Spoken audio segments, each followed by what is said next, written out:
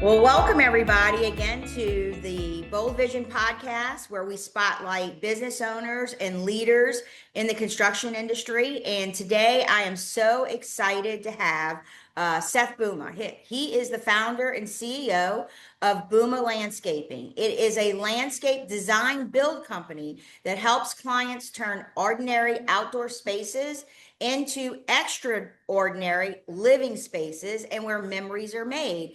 And today he's joining me from St. Augustine, Florida. That's where he lives. So welcome, Seth. I'm so excited to have you on the show today. Thanks for joining. How are you? Doing well. It's a little cold today in Florida, but we're doing well. Awesome. Yeah. Well, I mean, I mean, it's so hot there in the summer. I'm sure you really can appreciate just a little bit of cool weather for a little while, right? Yes. Yep. Yeah, awesome. All right, Seth. Well, we're just going to dive right into it. I mean, you and I met on LinkedIn and, we had some conversations and I saw that, you were a business owner in the landscape industry. And I just want to hear all about your business, how you got started. So why don't we start from the very beginning, the origin and your entrepreneur journey. Just tell us about, where you started and how this all came about. So we have been in the industry 10 years now. We started in 2015 as a lawn care company, and really it started off as a necessity to for an income. And I really felt like I could really do better than my boss, who I worked for in the lawn care industry. As It's unfortunate now, I definitely realize all the things that he dealt with, and have gone through some of the things that he definitely I thought didn't do well. But it started off there, and we went from lawn care to landscape. Then we dropped all of our lawn care accounts. We went to design build fully in 2018, and then partnered with a GC to really bring that full design build experience. And then we moved even into coaching and consulting within the same space. So we've been through a lot of different phases throughout our company in the last 10 years. Yeah, it sounds like it. So let's just go back to the early days, very, very early, like right out of high school, right out of college.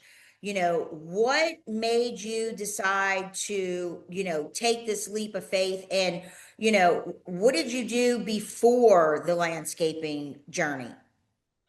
So coming out of high school, I never thought that I would have a company of my own. That was definitely not a thought process or a desire of mine at that time. I worked in the restaurant industry for most of it, and really wasn't the best employee. I definitely worked hard to some degree, but I never really cared a whole lot about the business. It was a paycheck. It really didn't matter a whole lot. I then moved into doing lawn care. I worked lawn care for an entire year, and ended up really hating the job. So it was not the lawn care itself. I was a hard worker. I could mow lawns all day, no problem. I could work outside in the heat, no issue there. But it was the leadership and then the employees I was with. The environment was just not great at all. So I ended up quitting. And within 3 days, my wife and I had been talking and discussing. Within 3 days of quitting, we actually started our lawn care company. And she looked at me like I was a little crazy. She was like, "I don't know if this is a good idea. I don't know if we should do this. I trust your judgment and thought process there. I think we could, but I'm hesitant." And I actually ended up calling my dad, and he felt the same way, though he was very supportive. So I do appreciate his support early on. But it was a I felt like I could do better, and it was a desire to provide the income for my family is where it started. Now it's blossomed into much more than that, but that's really where it kind of just was like, I got to figure this out. I feel like I can do it better. Yeah. All right. Awesome. So tell us the process of starting. I know you and I had a conversation and you said like literally, you had some equipment, the last bit of money that you had, you went to Home Depot, you picked up some equipment and tell us how that began and how you got your first 30 customers, I think is what you told me. Yep. So I started with a push mower I had gotten off of Marketplace, and I had a Ryobi blower, hand blower, and a Ryobi weed eater, and that was it. And it was in the back of my grandfather's Ford Windstar van. And I had the equipment. I was like, I can do something with this. And I went door to door in my own neighborhood and just knocking on doors trying to find clients. I went every single door. I mean, I knocked on probably 70 homes the first day I did it, and I just went to go find clients. Not everybody wanted to right away, but I had 30 clients within the first month or so, recurring lawn care clients. And then I also worked for my neighbor in the time in between. So he really helped me. He actually saw me walking around. He's like, I don't need lawn care, but you can help me around the house and help me, and I can pay you because I see you're trying to start something. And he really helped give me a knowledge basis and help me just, again, in that transitional season of my life of like, I have kids, I have a wife, I need to provide. It was a tenacity just to figure it out and do it. You have to have that kind of drive to definitely start a company. It was just, I'm going to figure it out. I'm going to go door to door and I will find clients regardless. I love that attitude. And, let's talk a minute about mindset, right? Like you said, you have to have the drive. And a lot of people, I find they wait for everything to be perfect before they take action. Like, they have to have all the good equipment. They have to have the CRM in place. They have to have, the payment process in place before Yeah. they actually would take the leap and just say, I'm just going to figure it out. I got to make money. So let's talk about mindset for a minute. Anybody that's listening that might, want to start a business, what's your advice on that? It's action. Talking about it is fine for a season, but talking's not action. I find that a lot of people always like to talk about how good it could be and how good things could be and what could and what could and what could, and they just stay in that talking mentality. Action is key. You're never going to find out until you decide to act. Now, acting can, without there's a twofold to that. We went through a season where we acted a little too soon and we had a problem, but that was a little bit later in business and that was a larger investment. It's if you put yourself out there, if you can learn to communicate well, which I did not at the very beginning. I was horrible at communicating. I've had to learn that. If you go at it with the mentality of I'm going to learn and just get better, that is the mentality that will always help you succeed as you continue to grow. But you have to put action. Period. Action and teachability. Always be able to learn. If you have those two things, you will succeed in just about anything you do. I agree. So let's talk about some of the things that you learned early on, since we're talking about learning, or maybe you've learned. Let me back that up. Let me rephrase this question. So let's talk about things that you've learned over the years through the process. Now that you're more experienced, your business is a little bit bigger. Would there have been something different that you would have done early on if you had known maybe what you know today? That's where learning's kind of funny. Learning can always be hindsight. You can be like, I could have done this, could have done that, but you wouldn't have the experience to be where you're at if you didn't go through those early stages or those different seasons. So I would say the learning has articulated how I affect and change my business now and how I always have foresight to change and basically adapt or respond to situations that happen now, as opposed to I would have changed how I handled things prior. Could things have always been better with the knowledge I have now? Absolutely. Would I change the things I've been through? No, not at all. I think the experiences are paramount, but they're paramount when you learn through the experience instead of it creating the false reality of failure. Failure is going to happen. Failure is actually very good. And if you can learn from that failure, that's where you'll produce the best foresight and response in the next seasons of business. Failure is inevitable. It's going to happen. You're going to get rejected. You're going to, fail a certain part. You're not going to make enough money one month. You're going to have to learn to deal with employees and people. You're going to miss payroll when you're first starting out. Like payroll will get missed at points. You're just going to have to deal with some of those types of things, and learn to grow through those. I wouldn't change the things I've been through, but I change now how I respond going forward. I've had, so we went from lawn care, we had 80 lawn accounts.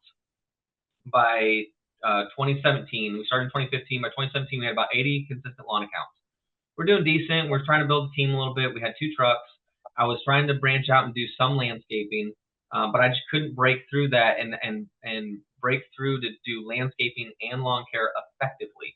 I was getting way too busy with all the calls coming in from lawn care. Well, I learned in that season, my leadership style was not good. I was not giving my employees the tools to actually be effective and to actually handle the crew like they needed to. I was not good at hiring. I was not good at finding the right employees and people to fit. I wasn't good at portraying the vision to them. So now I would do that differently, but I had to go through that experience to really learn how people hear things, how people see things. How do you build a team? How do you effectively, actually hire individuals, and what questions do you need to ask? So that was a really tough season. But then in 2018, we dropped all those lawn accounts and moved entirely to landscape projects. So we went from 80 lawn accounts recurring revenue to project based, and that was a huge jump. I had all my business advisors, my own father even looked at me and said, "This is probably not a good idea."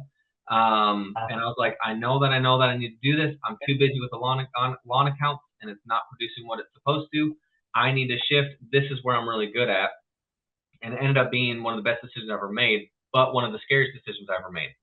I dropped all my revenue within 3 months of all my revenue in 3 months was gone, and then I was project based. But through that experience, I learned really how do you sell bigger ticket items? How do you convince a client to go from $100, $200, $300 lawn per month to a, $15, $20, $50,000 project? That's a completely different client. It's a completely different sales point. And it positioned us differently in the marketplace, because in my own county, there are 1,600 registered lawn care companies. Wow. That's registered. There's some that are not. So it was super saturated, and we had to make that shift. And that was another part I learned just within the marketplace and how the market develops and how you separate yourself from a very saturated market. So again, all those experiences really helped me learn how to do business better as I continue to progress forward. But again, keeping that tenacity of, I'm going to keep figuring it out. I'm going to keep driving and find those clients and find those people and continue to drive that. Right. So let's talk about your clients. Let's talk about, going from 80 residential clients to now project based. So I'm assuming, and I don't know this for sure, but I'm assuming this was more commercial, or were you still doing residentials, but now maybe a new house, you're doing all the sod, you're doing everything. And how did you go about finding this new clientele, right? Yeah, so the clientele was always residential. We've only gone to commercial in the last 2 years to start tapping on commercial. So we've been 100% residential up until the last 2 years. The clientele and the base of the clientele changed drastically. And one of the things I greatly learned, I've not done a ton of marketing throughout the years. I've not had to do that. We are starting to do that in this coming year. In these last couple of years, we've had to do a lot more marketing. But marketing was never part of our business plan. It always went back to my network. So I found the builders, I found the architects, I found the other landscapers, hardscapers. And about 2018 and on, I really started to develop my network and who would basically bring me those jobs. And that became really the passion of how to build that and build those relationships. That was the key, was the relationships. Okay, so yeah, let's just talk about relationships. Because relationships are huge. So how do you cultivate, the deep client trust from start to finish? It's all in selling to serve. So when I'm talking to a client, I'm selling in a way to serve them, not just to give them a product. So from design to sale of project, we're selling the experience of, you get to be a part of the design, you get to be a part of the process to bring your outdoor living space together. You're a part of the process of building the memories you're going to create in your backyard. So I always position all of my sales even when I'm partnering with other GCs and other people, is like, how do we come alongside to fulfill the vision that your client's talking about? Like, we're a part of that process. So when I'm talking to a client, it's always about designing the space, bringing them a part of that process to design it, because I've heard from other people in the industry, I've heard from clients that they feel like they're kind of told what they can get. They're given a very small material selection. They're told you can only have these plants or only this style. And unfortunately, what that does is it tells clients really, you can't have any creative process with this. You can't have any creative desire in your backyard of where you're going to be living. I'm not going to live there. To me, it doesn't matter what it looks like. It's what memories you're going to create. Are you going to be hosting, your friends and family? Are you going to be, is it going to be a kids area? A lot of families want to have an area where all their kids, their friends' kids, like they can host everybody. They have dogs. Or they have no desire to host. This would be like my backyard. I have no desire to host. I just want to create a space that my family and I can enjoy, look out and enjoy, and that's about it. So I have some small patios and a fire pit and a real small area, and then I just landscape everything. I want to be able to look out my window and see something nice. So it's always about positioning the sale in a way of, I'm not selling you pavers, I'm not selling you a pergola, I'm not selling you lighting. I'm selling you the memories you're going to create back here, and how do we best fit that? So like actually getting, seeing their vision with them, letting them be a part of creating what it is they're envisioning, Yep. instead of feeling like you're just trying to sell them a deck or, sell them, like you said, a patio with some pavers and pergola or whatever. You really have to just have that open communication and find out what it is that they're envisioning and what the end goal, right? Do they have a big family? Do they have dogs? Do they have kids? Maybe they're retired, maybe they have a pool, maybe they don't have any dogs, right? All of those things come into play when you're, working with a client. So I Yep. agree in that, very much. So I guess let's just talk about, explain, the services, like exactly what you do. Cause I know we talked about a bunch of different things, but for anybody that's listening, and at the end, you'll get a chance to, tell everybody how to get in touch with you. But exactly what does Buma Landscaping do now? Like, what are your core services? So we are a design firm, and then we fulfill that design from start to finish. So we have 3D renders, 2D plans. We do the design services from start to finish, and then we work with engineers if there's any engineering needed. We have those relationships in place to work directly with those engineers and architects. But we have the design. So you'll get a 3D rendered design from us. I'm actually the key designer. I have a couple other areas we can go for other designs as we need, but I'm the key designer. And then we've from fit and finish, outdoor kitchens, pergolas, pavers, irrigation, landscaping, lighting, your full outdoor experience. We bring that together. We have a couple other services we can add in there if need be. You can get mosquito nets. We have partnerships with other additional features we could put in your backyard, audio, etc. But our main core is outdoor kitchens, your hardscapes, and lighting, and then we can fit that backyard to those needs. Okay, well, one thing that comes to my mind, just because, I've been in the construction space, I've actually owned a landscape company and I have a couple of lead gen sites, and I work, a couple of my clients are in this space, especially like in sunrooms, decks, and all of that stuff.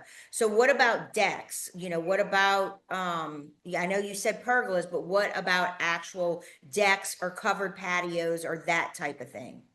Yes, we do those as well. We'll do pool cabanas. We'll do everything but dig the pool. We can handle all of that. Again, from design to install of what they desire. We are a GC, so we can cover all those areas. I have electricians, I have plumbers, I have everybody to go in for plumbing and electrical fittings and everything. So we are the GC to handle all of that. It's really Mhm. outdoor living. So where we stop is anything that would go inside. So if it goes inside, that's where we stop. It's outdoor living. So anything involved with that, screen rooms, etc., we handle all of those from start to That's finish. awesome. Yeah, that's awesome. Okay, so I can definitely see how these 80, lawn care customers, like you said, $100 a week or $100 every 10 days, you're bringing in, $300 a month to go into something like this. I mean, I can see how it was definitely a risk, scary, but I mean, it's like you're probably looking back and saying, like you did say, this is the best thing I've ever done. Yeah. Because now you're selling high end, high ticket items, higher end, higher quality. So your clientele, I'm sure, is much different from the old residential people that are just looking to, mow their lawn. So let's talk about, this clientele and your marketing strategy. Because to me, it sounds like you're in a much higher end neighborhoods, maybe. Hmm. Yep.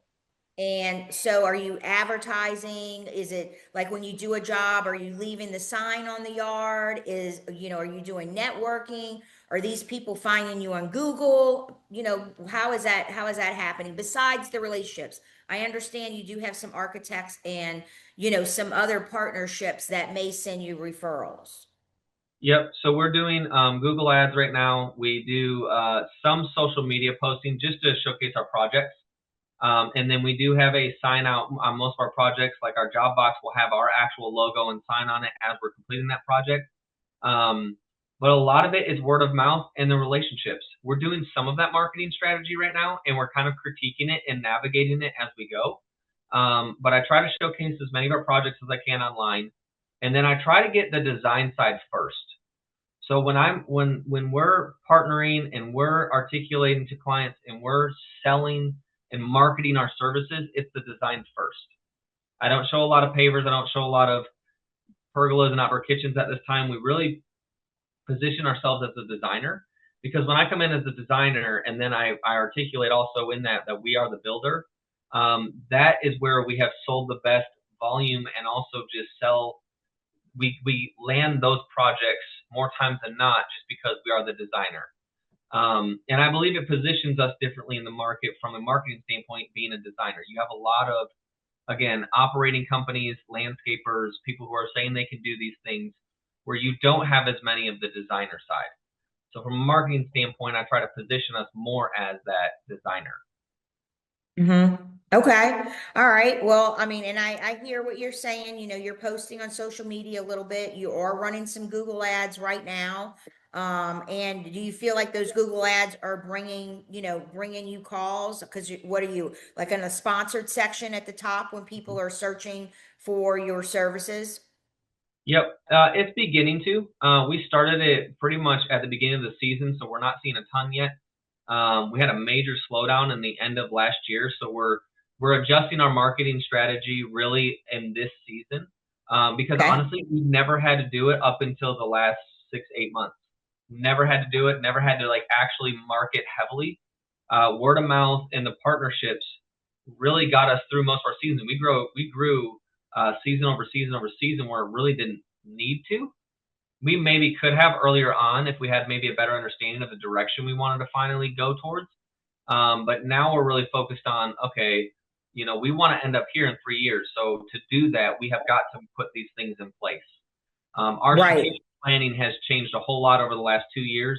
That has given us more of where our marketing budget and marketing actually needs to be to produce the results on the sales side and where we need to keep going.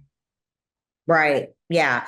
Okay. Well, owning a business, I think it's very, very important that people do understand, business owners do understand that even if they're networking, even if they're, have these referrals, even if they're having these relationships, the world we live in, you want to be found. You need to have visibility because there are people online that are searching for these services that don't know that architect, that don't know your Yep. dad. They don't know that person. They just moved here from Atlanta. They bought a $1 million house. They don't have a clue. What do you think they're doing? They're going on Google and they're looking and they want the companies that have the Google reviews. They want the ones that are organically showing up. They want to go to their website and see, nice pictures and, see those things, see testimonials and all of that stuff. So, I think a lot of companies, and the reason I say this because I have a couple of friends that have been in business for, oh God, over 30 years. And, they kind of dominated when they were younger. And now that they're older and the times have changed, they're still in their old ways. They're still thinking, oh, well, we can run an ad in the local newspaper. We can run an ad in the local this, but printing ads is, I mean, it goes away, right? You Yep. have to Yep. have that internet, that visibility, that never goes away, that somebody's not going to read it, throw it away. I mean, you put Yep. an ad in a magazine, okay, maybe somebody reads it, maybe it doesn't, but that one issue of that magazine, once it's printed, it's garbage. Yep. And so I just think a lot of companies will get started. They never really think of the marketing aspect, and then when they realize they need it and how much it costs, right? Because it is not something that's cheap. They like, oh, we can't afford that. And, they have to have this mindset that, you have to invest in yourself. I mean, marketing is extremely crucial. I mean, that's what's going to bring you more business. So the ROI on the marketing, is definitely worth it. But does it happen overnight? No. I mean, Nope. it's not going to be, okay, I'm going to spend this for 2 months and you're just going to miraculously get results. It takes a little bit of time. Google likes to see consistency over a long period of time. They've been doing this a long time. They know how their algorithm works. They don't want people that, are not going to show up 6 months from now. They think that they're just going to put their money in something and they're not going to be consistent. So, Yeah. yeah, marketing is very important. And let's just talk about AI a little bit. Have you been introduced to, any type of systems to automate your business, or any type of like AI receptionist, or maybe helping you do your content for, your social media? What's your take on that? Because I mean, you look like a younger guy. It's not like you started your business 30 years ago and here you are 55 and you just can't wrap your head around it. So what's your Yep. thoughts on?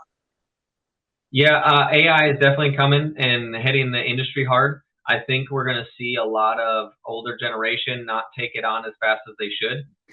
Also, I see on the flip side, the younger generation maybe taking it on and implementing it too much and not thinking as much as they should in their business. And so I think there's a balance here. It's a tool and we should use it. I use ChatGPT most days just to articulate things, maybe fashion some emails together, but I always complete them myself. So I don't just use just the template. I always get some ideas from that and then I finalize kind of the thought process. I've used it for some image generation. There are some AI receptionists. I think we're in the early stages where it's being refined.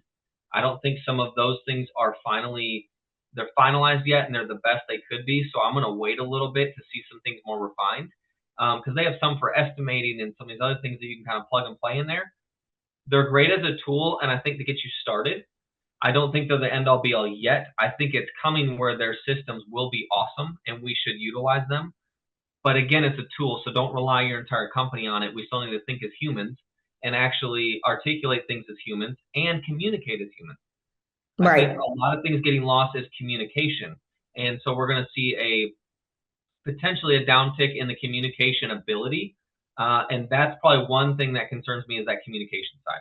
I would say that's my biggest concern is the younger generation coming up is going to have an issue with their communicating because of all of the tools and things that are available. That's going to suffer. And that's how you sell. That's how you build relationships. That's how you build trust is that aspect of it. And people still want that human touch and that human interaction there in sales. That if we get too far into AI receptionists, we get too far into AI sales, all of those automation things are going to almost feel like the company and the human interaction is completely separated from the actual thing happening. And that could cause a problem. So I think there's a balance there. I think we need to not get in one ditch or the other. We need to be like, it's a tool. Let's use it. Let's utilize it for efficiency purposes, but let's not get so hung up in it that we can't think for ourselves.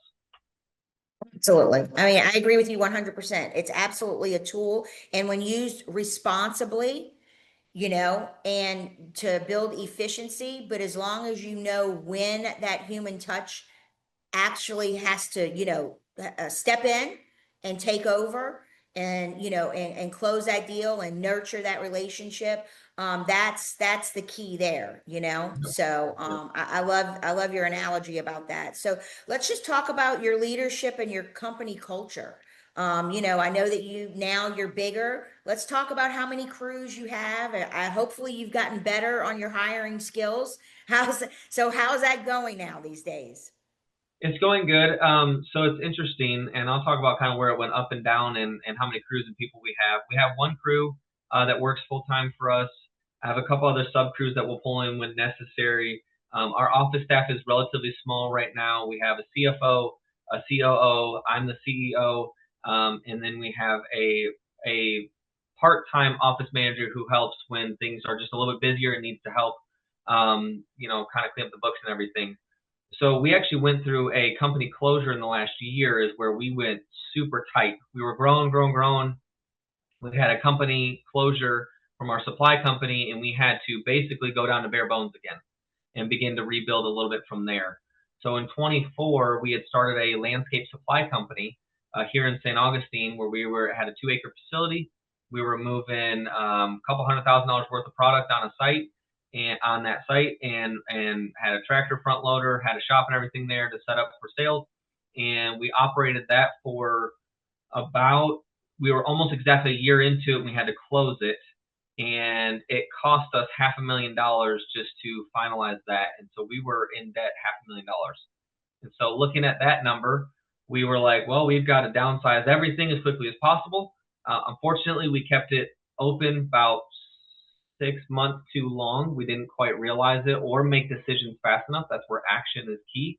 And it turned into a great learning experience, a very expensive one, but it was a great learning experience for us to understand the industry. But it caused us to we had to get rid of people very fast. We had to get rid of expenses as fast as possible. And we did that very effectively, but it definitely put some pressure on us to figure things out and move forward as a very small team and then grow from there again. In that, we had most people in the right position, but it was difficult to say the least on getting rid of everybody kind of all abruptly, unfortunately. But we are in the building back process. And like I said, we have one crew now that works full time with us. We have a couple other if we need to pull them on as work gets busier and we get more full. And then we have our main office staff, which is me, my business partner, our CFO, and our part-time office manager. Okay. All right. So it seems like you're back on your way, building a little slower now, taking action, making sure that you're on top of everything and making the right decisions. So that's really good. Yeah, because like we talked about, I mean, mistakes, are inevitable, right? Yep. Mistakes or failure, however you want to look at it. I mean, that's how you learn and grow. Yep. And I know that the same is for myself. So let's talk about a winning moment, like a project that you are like super, super proud of. Does one come to mind? Yeah, we did a $50,000 backyard that was one of our more pioneering projects to get into that size of projects.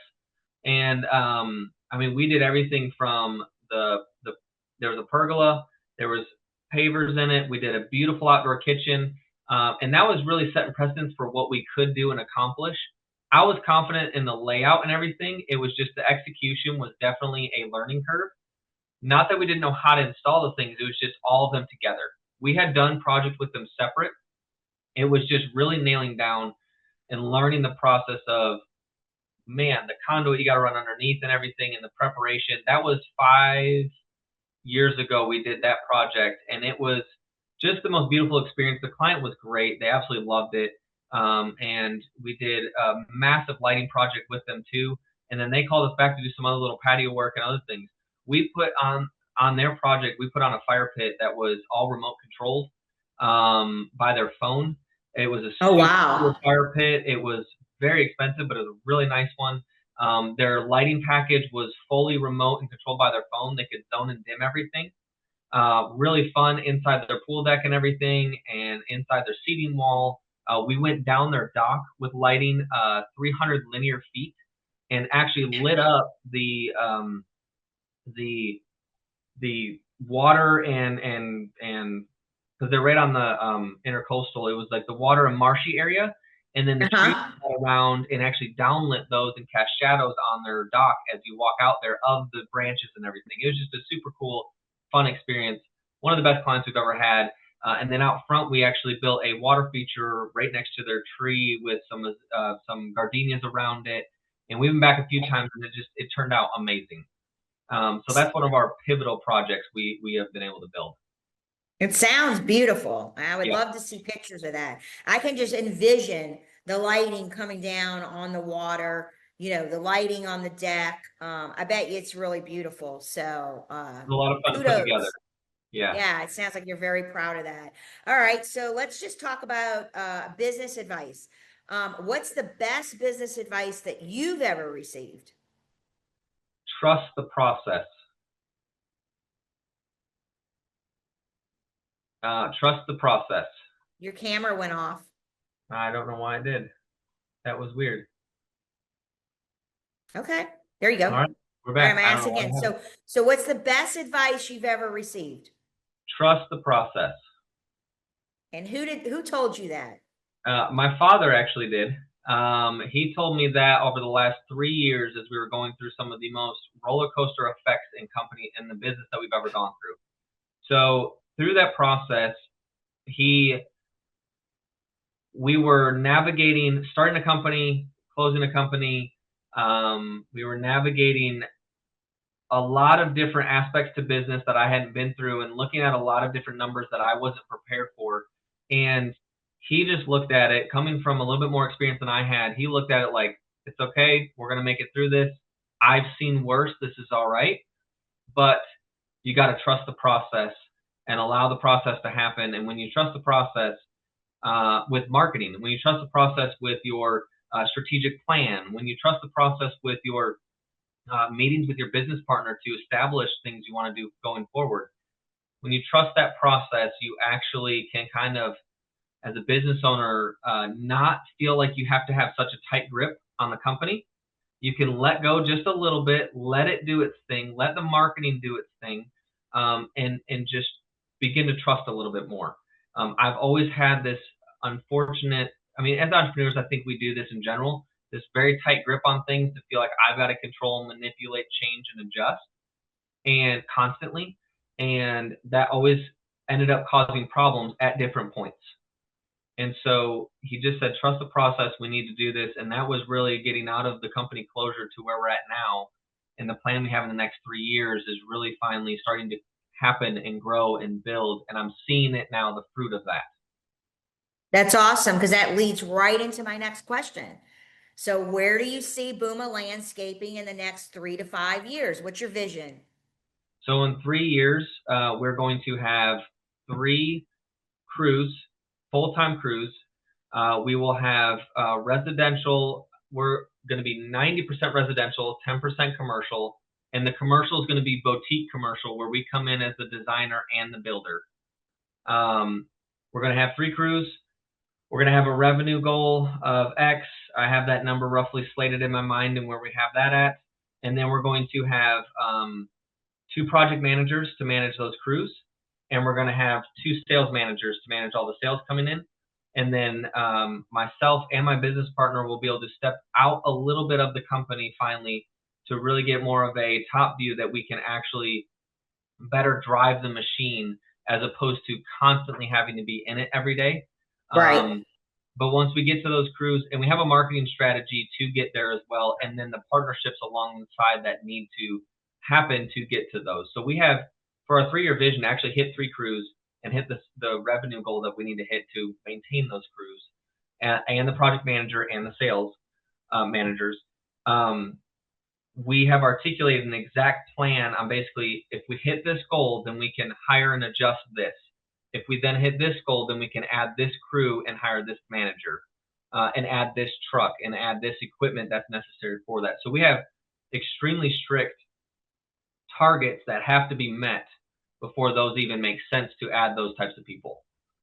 Well, that's great. I love your vision, and I'm really happy that you're well on your way. So, one last question before we wrap up. What's your favorite part of being a business owner in the industry, in the landscape space that you do? What's your favorite part of owning your own business?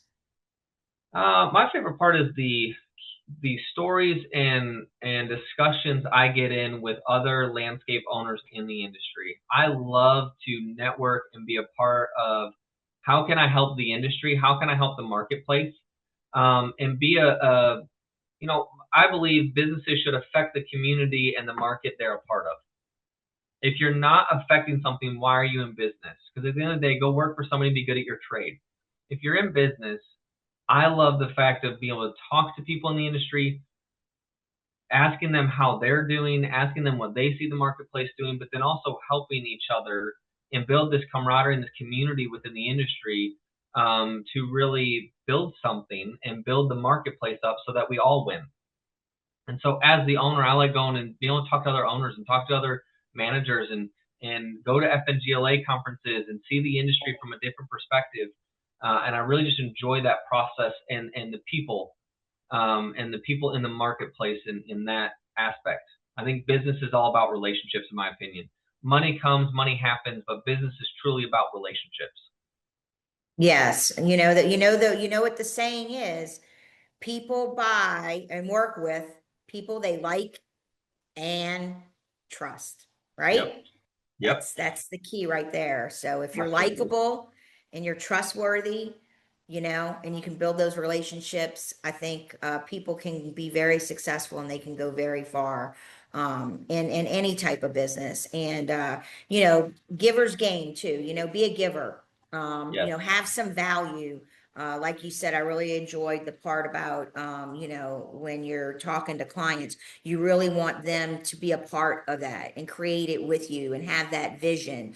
It's not you just going there and selling something. So, I think that that's really great advice for everybody listening. So anybody that is listening or is going to listen in the future, let the listeners know, and my audience know, where can they find you, what you want them to know about you. You can, mention your website, Facebook, whatever it is. Now's your moment to shine and let people know how to get in touch with you. So you can find us on Instagram and Facebook at Buma Landscaping. You can just search that and find us. Our website also is bumalandscaping.com. You'll see some of our designs on there and some of our projects that we've done recently. And really, LinkedIn is a great place. If you search my name on LinkedIn, you'll be able to find me and connect with me. I love connecting with people, not always to sell something, but just to talk in the industry. So I'd love to connect with anybody who just wants to talk shop, who just wants to talk about vision and purpose and why. I'm very big into why do we do this? Why are we in business? And I'd love to connect with more people on LinkedIn. Well, that's awesome. Yeah, thank you so much for being with me today, Seth. I really appreciate it. And everybody listening, we'll catch you next time on the Bold Vision podcast. Thanks for joining us today.